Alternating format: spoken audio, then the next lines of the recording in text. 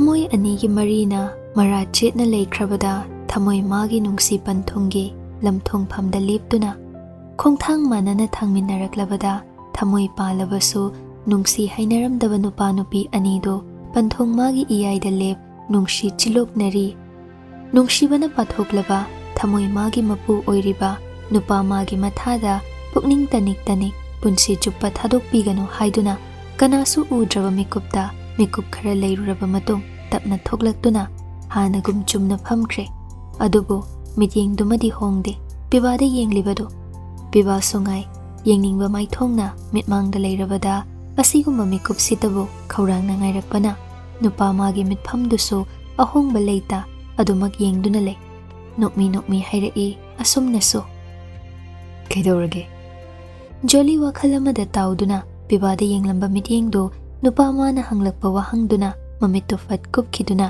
leimaida yengthaki paukhumduma supira itapna kaishu taude aigi oiba waride amta khangningdabro ngasi phawba ifamda wahangam phaw hangladre khangluraga kaidoruni wariduna maram oiraga nang aigi punsi khongchat amamam semlakhibani joli pibada yenglamba mamaido tapna leithokduna haifam tawfam khangdaba matawna tampakta khujin taksinaduna leiriba khutsa singduda yenglaga nungaitana hairei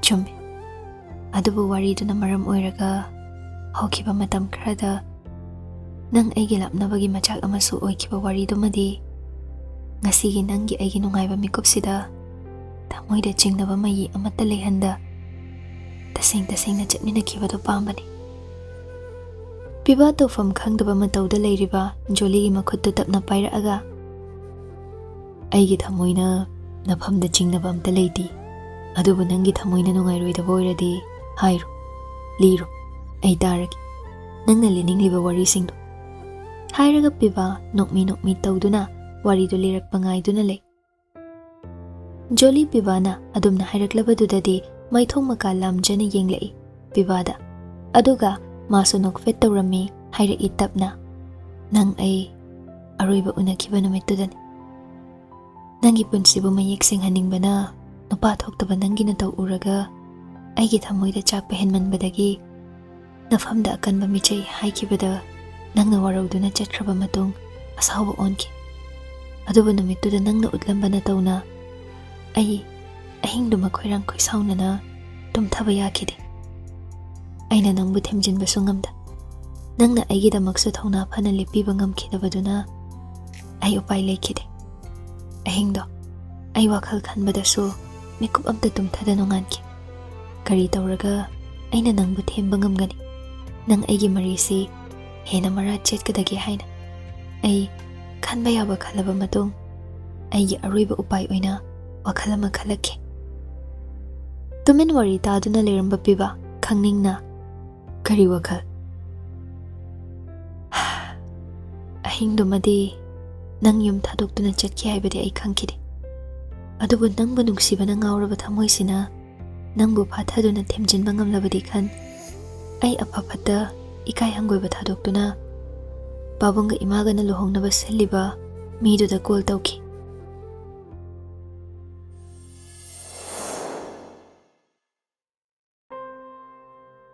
joli pibana mabu warauduna chatkhiba numittugi nonganba ayuk pung 12 tarakpa matamni joli do chare chafam khangda hiple hipam khangda ngarangi ahingdumasu mikup amta tumthakhibana masado soktharabani adubo pibagi nungsibana ma khanba yaba khalaba matung phone du paikhatuna call tawseli Girish mong hada hello phone hek pairakpaga wasi karamna hodokani haina nga khalli adubu kuina tumin lection badi yadabana charang nariba WakhaL du fatharaga joli khonjalu khazik semi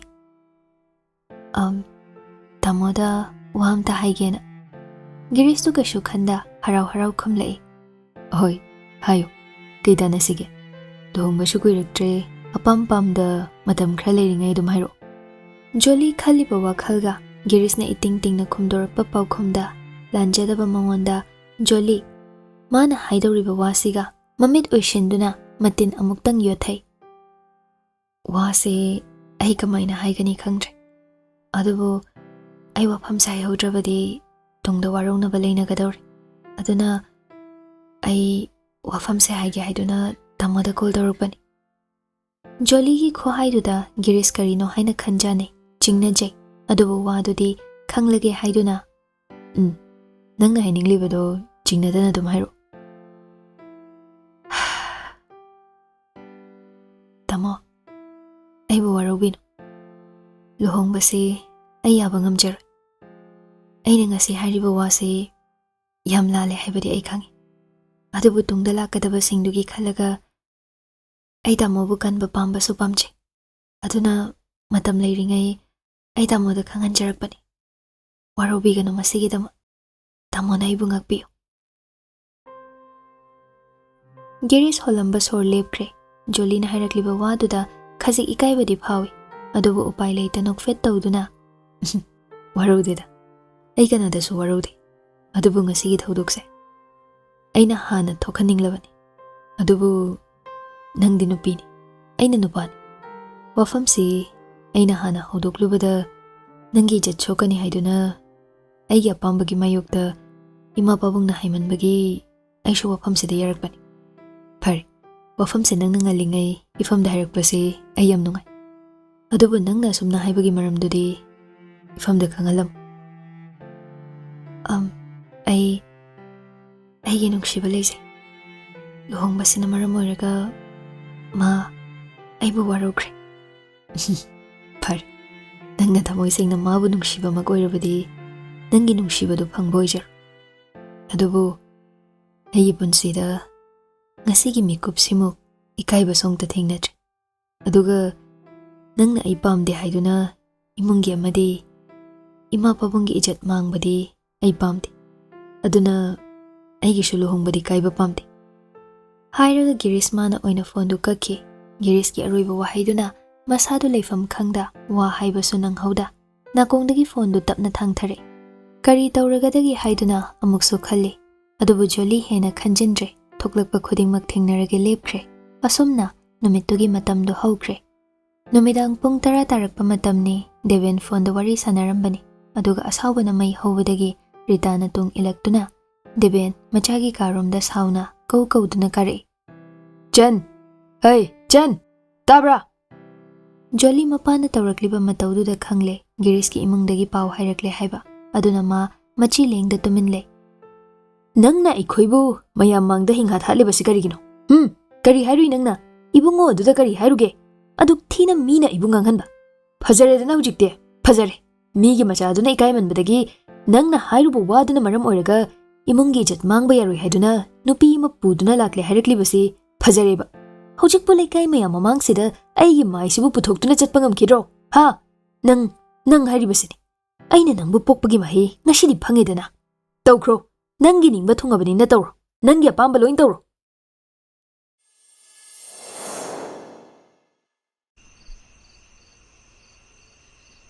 ꯖꯣꯂꯤ ꯋꯥꯔꯤ ꯂꯤꯕ ꯂꯣꯏꯔꯛꯄꯗ ꯑꯁꯨꯝꯅ ꯍꯥꯏꯔꯛꯏ ꯅꯨꯃꯤꯠꯇꯨꯒꯤ ꯅꯣꯡꯉꯥꯟꯕꯗ ꯑꯩ ꯄꯥꯎꯁꯦ ꯇꯝꯒꯦ ꯍꯥꯏꯗꯅ ꯗꯥꯁꯅꯥꯗ ꯀꯣꯜ ꯇꯧꯕꯅꯤ ꯑꯗꯨꯕꯨ ꯅꯪꯒꯤ ꯅꯝꯕꯔꯗꯤ ꯄꯥꯎ ꯐꯥꯎꯅꯕ ꯑꯗꯨꯝ ꯐꯪꯈꯤꯗ꯭ꯔꯦ ꯆꯠꯈꯤꯗ꯭ꯔꯦ ꯅꯨꯃꯤꯠꯇꯨꯗ ꯂꯨꯍꯣꯡꯕ ꯀꯥꯏꯔꯦ ꯑꯩꯒꯤ ꯅꯤꯡꯕ ꯊꯨꯡꯂꯅꯤ ꯍꯥꯏꯅ ꯍꯔꯥꯎꯐꯝꯁꯨ ꯈꯪꯗ ꯑꯩ ꯇꯧꯐꯝ ꯈꯪꯗ ꯄꯥꯕꯨꯡ ꯏꯃꯥꯒꯤ ꯃꯤꯆꯩ ꯀꯌꯥꯒ ꯆꯍꯤ ꯑꯃꯃꯨꯛꯇꯤ ꯅꯪꯕꯨ ꯉꯥꯏꯕ ꯑꯣꯏꯅ ꯈꯪꯂꯛꯈꯤꯕꯅꯤ ꯑꯗꯨꯕꯨ ꯐꯪꯈꯤꯗ꯭ꯔꯕꯗ ꯌꯨꯝꯗ ꯄꯥꯕꯨꯡ ꯏꯃꯥꯗ ꯋꯥꯔꯧꯕ ꯊꯝꯗꯨꯅ ꯃꯤꯁꯅꯥꯒ ꯄꯥꯎ ꯐꯥꯎꯅꯔꯒ ꯑꯩ ꯃꯈꯣꯏꯒ ꯔꯦꯟꯇ ꯂꯩꯈꯤꯕꯅꯤ ꯑꯗꯨꯕꯨ ꯗꯥ ꯔꯣꯕꯔꯠꯀꯤꯗ ꯂꯩ ꯍꯥꯏꯕꯗꯤ ꯃꯤꯁꯅꯥꯗꯁꯨ ꯈꯪꯍꯟꯕ ꯅꯠꯇꯕꯅ ꯑꯗꯨꯛ ꯅꯛꯅ ꯂꯩꯔꯤꯕꯗꯣ ꯑꯗꯨꯝ ꯃꯐꯝ ꯈꯪꯈꯤꯗ ꯂꯥꯞꯅꯈꯤ ꯑꯗꯨꯒꯤ ꯃꯇꯨꯡ ꯆꯍꯤ 2 ꯍꯦꯜꯂꯛꯂꯒ ꯅꯣꯡꯃ ꯑꯩꯅ ꯕꯖꯥꯔꯗ ꯄꯣꯠ ꯆꯩ ꯂꯩꯔꯒ ꯍꯜꯂꯛꯄꯗ ꯗꯥꯁꯅꯥ ꯆꯠꯈꯤꯕ ꯎꯕꯗꯒꯤ ꯑꯗꯨꯒꯤ ꯅꯨꯃꯤꯠꯇꯨꯗꯒꯤ ꯑꯣꯐꯤꯁ ꯃꯐꯝ ꯈꯪꯈꯤꯕꯅꯤ ꯍꯥꯏꯔꯒ ꯃꯄꯤ ꯏꯔꯥꯆꯦꯟ ꯇꯅꯤꯛ ꯃꯈꯥ ꯇꯥꯔꯛꯏ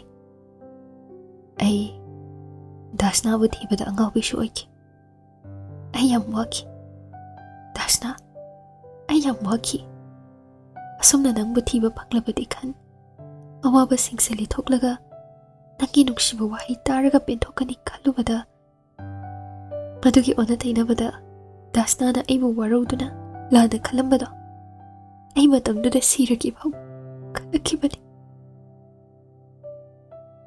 Hairaga Jolido Konjel Thokna Mapi Sentaduna Kable Waridu Tarubaga Tauriba Matauduso Nungsimanbaga PIBA Joligi Khazai Tarakliba Pisingdo Taitok Piraga Joli the Yengna Nungsiminok Noklaga Temjin Biduna Asumna Haire Ela Legend Dashna Lal Aina Nangbu Wahaluba Nangbu Jaina Piruba Elal Matung Nangbu Amukhana Shawalar Kapkanusi Ay nang nakapa uningdi Nang nahina kang manadro Uhan gano Nang ipisa ingon Matam setting Nasado so waramani Pathana batawarsisi Hairaga PIBA Jolina Pisilakhiba Hangampal Machuda Asangba na mapan oiba khudaidu paiduna hongdoklaga mathakta litliba maroon color gi men shirt lawtho amaga ngawro ngawa moza phrituma litlaga machi lengda leiriba Joli gi manak nakna phamung machi da muk phamthare aduga pukning nungsirap tawna leiriba nupidugi maithongdu ubada khajik nungai traduna masado nupidugi maikaida pulap onchalaktuna makhongna ma thangatlaga famle insang hawbro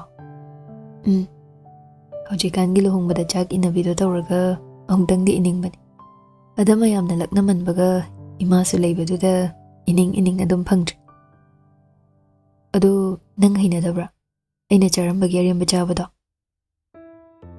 Joli PIBAda haifet amuk yengami aduga amuk tablap leithoklaga ahanbadadi hainaroidra khalambani chak chafamda leisabi mayamna noktana laksinbaduda adum kashu khaludre Hainadrasu ngasi khakinida matungdadi nangna chage hairasu aina pijar PIBAgi wa khwaiduda Joli WakhaL amada fatingle kaige PIBA Joligi matau khangbana famlibado Joligi nakta hena nakna changsile aduga Joligi lingjum ani du tapna pairaga mangonromda onsilhale yengi ngaiha pakhatliba nupi magi maithongduda nungshina aduga khazai mapada tarakliba samlang kharado napada tablap yepsinbi aduga nungshiba wahaina athumba khonjelda tabli asumna haire pakat kanu aina pizaroi hairibadudi ataigi nati ngasidabu akhoigi chatnabi oina aina chabagi arembado pizabani adubu phana chatnabi oidunasu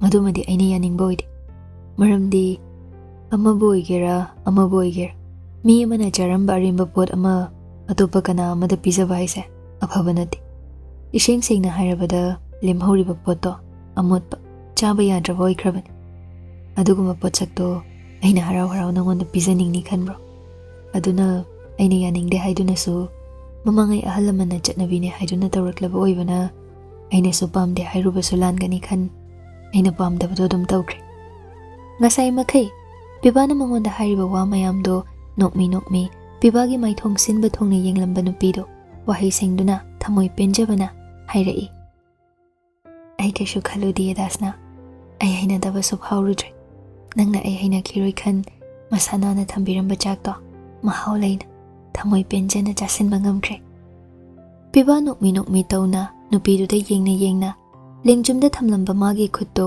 tablap thangalaktuna nupi magi ngaksamda thamle khutki khubiduna piktak tawna mon lawa khazaiduda thengboi nanboi tawduna nupigi taruba misna aniduda tathak yengduna phana haiduna shu nangna pamdaba nangna hainadaba nangna saudoba nangna warukhidoba amatta aina tawba pamde nangbu shune kanamtana sokhaningde thenganingde ai khaki oining akanba wahai shu chinbal sidagi hainingde asawba mityengnasu mikop amta yeningde matam pumbada aigi thamoibu apenba poknaba aigi thanungshida adom lengdana lehanning wasi haibaga PIBA nupidugi laibakta nungshina chupire adumna PIBAna tawrakpada Joli haifam khangdre nungshimanbana haige khalamba wahaisu chinba lanba ngamda kathoklambadusu lepkhre hainingba leirasu hairaroi khankre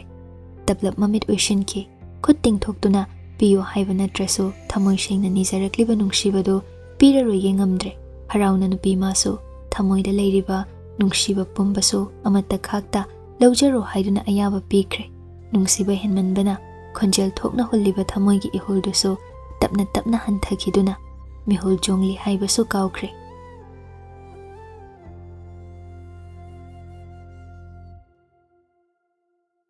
asumna matamdu haukre Luhongba nonganba mangani chakaubasu harau tayamna mapung phana pangthoktuna loishinkhre. Chakauba hek nonganbaga naubaga ibechagasu mayumda hannaba haiduna sofa tuda ikoi koina phaminaduna ayuki cha ngaiba oina khanari. Jolly lei machugi awawa machuda hangampalna moirang phisan kotpa shutuma shetli. Makok kuplap tawraga mayam manakta cha hapliba tray do puduna changai. Midu yam leibana Jolly do khasik tap tharaga lepi. Aying bina lao lao sida thamu. Jolly nokfe tawraga cha do table da pulap thamlaga ikai rab tumin changkhige tawi. Ibe cha nokmi yenglaga bema ngai khoni nangbo indom cha hoiso horen chak tokpaga hobe tawnarani yumda mu khaladabani lao lao ngahak pham mayam ga wari sasi. Jolly nokmi tawraga PIBAda haifet yenglami aduga yani da indom cha ai sida sum lepke. Lukhoi noklaga nawada onselei nawba horen di yumda haladaba nangbu shidagi haninglabrane khangdeda bacho adasu haningi aduga mayam puna leibaidi sidasu leiningi. Lukhoi noklaga masine nganglakpasinane adudi nang dada singa kaithel chaluro ichana chaningba nga leirurone.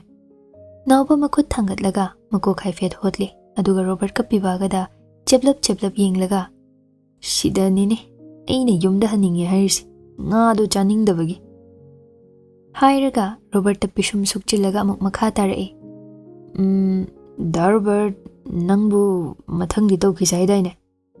Robert ka PIBAga do nawbada yenglaga noklai aduga PIBAna nawba sauranusi sida yumdadi tawba yade aduna handak Sunday dane natai mapuraga yumlomda laagi aduga nangna pamido tawrasi. Robert su mating pangsilai nawba nang da Robert na haikradi loire tawrani hairi tawradamni adu Sunday phawdi ngairu nangna pendri phau pijadoini hainaribadu khangbana ibecha nawbada cheirai kayadanu yenguni mase tawhaidi hanjin hairamaktada nang ngausinanu ko nawba chei jarakani nang dada ani se chaba yade haibani ne. Lukhoi hainaribadu karino haina nawbada yenglaga kaino ne nawba nangna chaninglibo bachauda hayune nang dada ani da mukningai tawdraso. Bachauda haiba yaba natteda bachauda hairadi ai yumsida mukhana changano na hairani. Ayingbi khangladuna Lukhoida onsilai ho nga chaningde ye moigi sado chaninge na hairibani adubudi chaningamni na hanina adu nawba sidadi chaba yade ko nang chaningasu nang da PIBAna ne adala aga chasi hairibado adumain tawro. Lukhoi pisum sukchillaga Hare Krishna karino ne nawba nangbo. Nawbado ibecha da fatingai ibecha so adum suklaga yengduna leirami.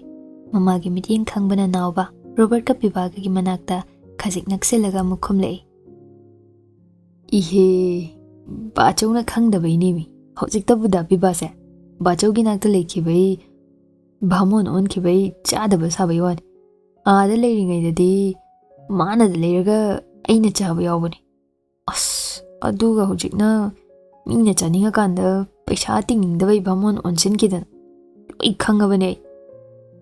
Nawbagi waduda leiriba pulapto punna nokminai asumna harauna leminaramlaga matam sum haukhibana chak ising toknaraga PIBAga Robert kana tawraga nawbaga ibechaga su mayumda thinbiruri.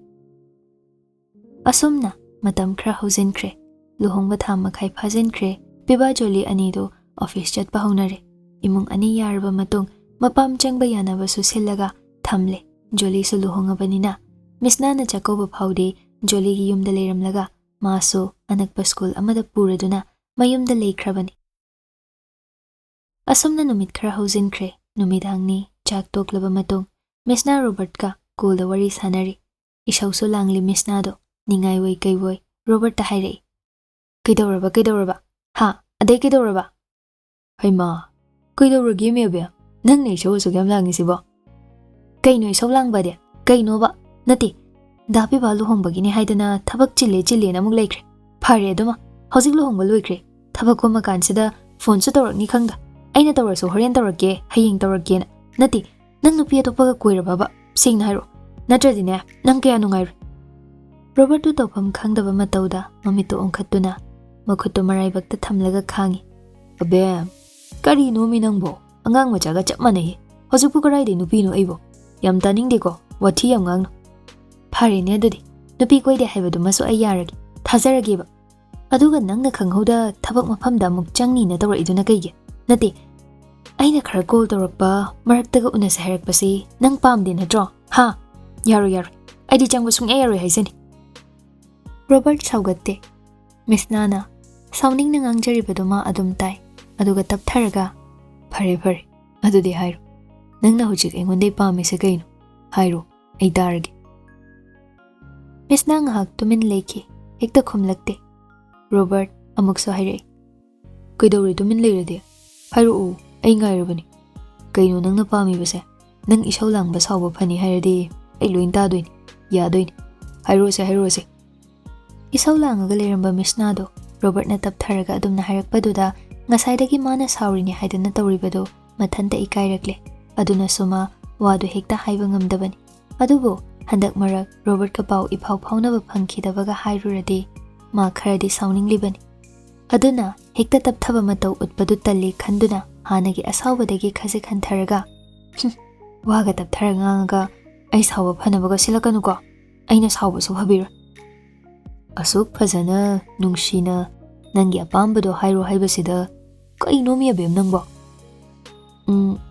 Adudi hairagi hek yadabada yengona. Hoiba hairoba. Ahanbada nangna thuna ada changbagi deblaiba khongphamse handokpa. Ani sobada aigi call paidabi aibu ignore tawba lepa. Ahum sobada handak chahi sigi manungda luhongnaba pabungda wa hodokadabani. Aduga paukhumda pirakpa oina hayeng sima matam pini. Aduga hayeng mathang nungthil pung ani ibani unani. Pau hek hairaktabada yengo. Aina tawrakpado yengoba. Hairaga Miss Nado sausinaraga phone thamkre. Robert na kongda thamlamba phone du thangtharaga yengduna lehawi. Karino ni masibo. Angang sibo. Kaino ina hujik pabungda haidoi sibo. Aidiba pilabani. Hairaga Robert phone du mon nakalda langsilaga phajub chingkhatuna hipthakre. Mathangni PIBA joli anido office chatnarubagi halakpagi mayai kagi sofa duda Robert ayingbi lukhoi ahumdu watana duna lerami. PIBA hoi changakpa ubada ayingbina. Haima noi hala abro. Joli setliba sari matektugi matondo hairapaiduna chingkhatlaga makuk kuppi. Hoima cha sema uraiga pabo. Yare semuran. Wana nabani noi shu halakpada ngairi. Adoi sharukne nakhoi ni chu sida pham watana si. PIBA joli ani punna yengnai aduga tapna famtharaga PIBA na kailerge ge babo. Yam lubagi dinateda nangi thabak thoramsu loi. Nanau sisu ada muk changge hai. Sidai changkhrade pakna thokpasu yar ai khang. Aduna magi su karino khanaraga luhongbirasira na khali. Wadu tabada PIBA lukhoi udringai naklap phamliba Robert ta suktoklaga yenglai. Aduga asumna sole. Aigi lifestyle se kala abramo. Egya babungda huga mamise. Oidaba hairaga tawdo saru direct ai luhongningina ko khaibiyadro. Robert PIBA da paina yenglaga masu tapna hairai. Iminai nang khangponte. Somda amana ai hatore. Adadi aishu khangba ngamdadana upai thiriba. Nang kai khange. Oyare chap manai na taina na. Ibani matawse ubadane noi ni na kalaktana tawrido ai loin khangna jani. Yam kalak sanuko. Ai kottale fudit tamang jong jani. Adugu manasagi da khanbada tawno haibane.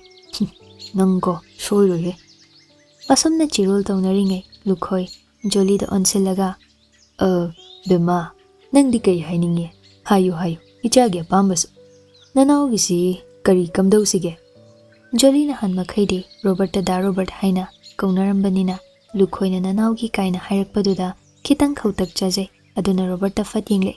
Robert ti hanana Joli da yengduna leiramlaga makhut ani du lonaduna tumin mamit homana ho suktoklaga luhongbadu sillasi tawrasi haina khumbiyu haina khurumduna leirambaduda Joli nokmi tawre.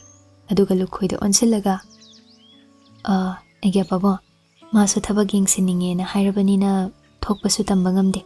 aduna ma changdringai luhongbado dum sinbana phagadrana khanjai. Phare phare dudi magi su kaino tawrasi. Robert to harau manbana PIBA da yenglaga khangbra haiduna pisum du suklaga ingit tawrai. PIBA tawrishi yengo haigum paina yengamaga aduna su pharani adude gya babung ai phim to hongki hairaga hogatlake tawrai. Lukhoina adubu ipawa haigi sidaidi yumsigi mau ani surani aduna machin manau thakha naina basu ipana pambana luhongbashi sune nangna ahalni nangi hana pangthokle hojikna nanau sigi amuk khanari aduna nahan makhai oirasu mawa tombi laade nachin nanau laigi seba tawada pali nainarani aduna mawa tombi laktringaine ibungogi seba se nangna mapung phana tawhaningine ipana. PIBA lukhoida fat yenglai wadi amphau haide joli sungai lukhoida yenglai aduga angang macha amagum phat khumlai. Adude gya babung hojik ya changakpagi lai seba tawbasidagi adum haurage yarabo. Lukhoi ayingbi Robert PIBA mari du jolina kesu koizada icham chamna harakpa waduda loina nungsine yengduna noi. Hoine karigi yadani imauga ichagana tawdana kanana tawruni haigene. Joli khajik amuk ikairaduna nokchai ayingbi joli da hairai. Chalo napika honguru ima potlam khara sembiramage ima takbiramge adugane ibungo noini tawjanaba chalo. Hoima hairaga joli PIBA anido office chatlubagi mafi hongwa changkre asum tawna anido thokminaragle. Joli PIBA na lai seba changbada setnaba phaizomdo mandir leiribadugi nakalda thamlaga ayingbi na taklamliba singdo munna tashenduna lei. Ayingbi su takpa yaba takbiramlaga imungda thabak atay loishinnaba changkre. PIBA chai thaba loiraduna phi asengba thamlidu setchinkre. Sri Ibungo Radha Krishna Jagannathagi mandir mathaktani yachangakpagi lai seba tawbagi PIBA na mandir gi thongjilda barti semli aduga mandir gi churi makhada leptuna hailai kabok haibok semna momon tawna PIBA da yenglambani. Dasna PIBA yenglakte chumna dum khumlai. Aw O PIBA SHARMA kari haige mi thawrani kari acting no mina nungsina kauraga adumain khumnabra asuk phajana khummisidi yare nasak phajaiduga hayeng mina film kumoga hairadi yar film da flop chatlani. PIBA handakti tawramba mathaudu leplaga joli da onselai. Flop natene hitni chattoise hero haido aini khangaba hayu film ga comedy aise karamba heroine karamba director cameraman music director costume karamba loin hai nangnabu pamadi loin tawgi talle mina heroine kamanbadi phagi dawbanida aigi heroine di nang leisidi film gi da nate nangdi aigi punsigi heroine di asengba asengbani law kangsi pairose film gi rehearsal oina ibungogi seba phangase ado film ga namadi maming se kai kaudoiba. PIBA tawramlibadu leplaga joli da yengai. Maitai lining chatpa machadagi Brahman imungi macha oirakpanina certificate ta PIBA Laishram haina leikhrasu hojikti Brahman olabanina PIBA SHARMA haina thonba taridana kangsi payu thawrani lai seba tawse. Hoi ai gyasana hairaga PIBA dhukmaira chukhatlaga barti haiba hokre nakaldasu joli PIBA da yengna nokfet tawna lai kangsi khinglei.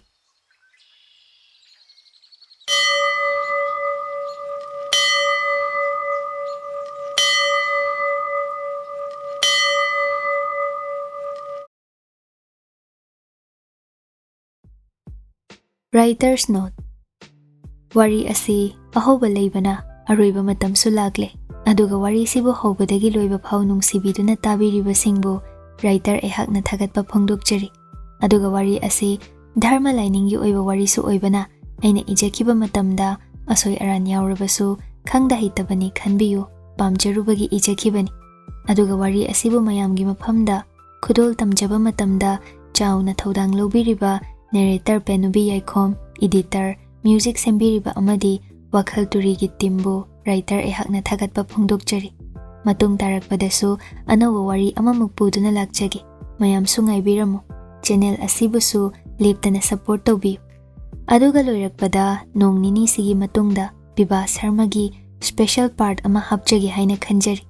Special part asi happada yaningba yaningdabadusu mayamgi apamba oina comment ta thambiramu. Aduga PIBA SHARMA hariba wari asi haubadagi loiba phau tabiriba singna wari sigi oiba mayamgi apen penda amamamsu comment ta thambiramu. Loirakpada WakhaL Turi timbo amuka hana thagachari.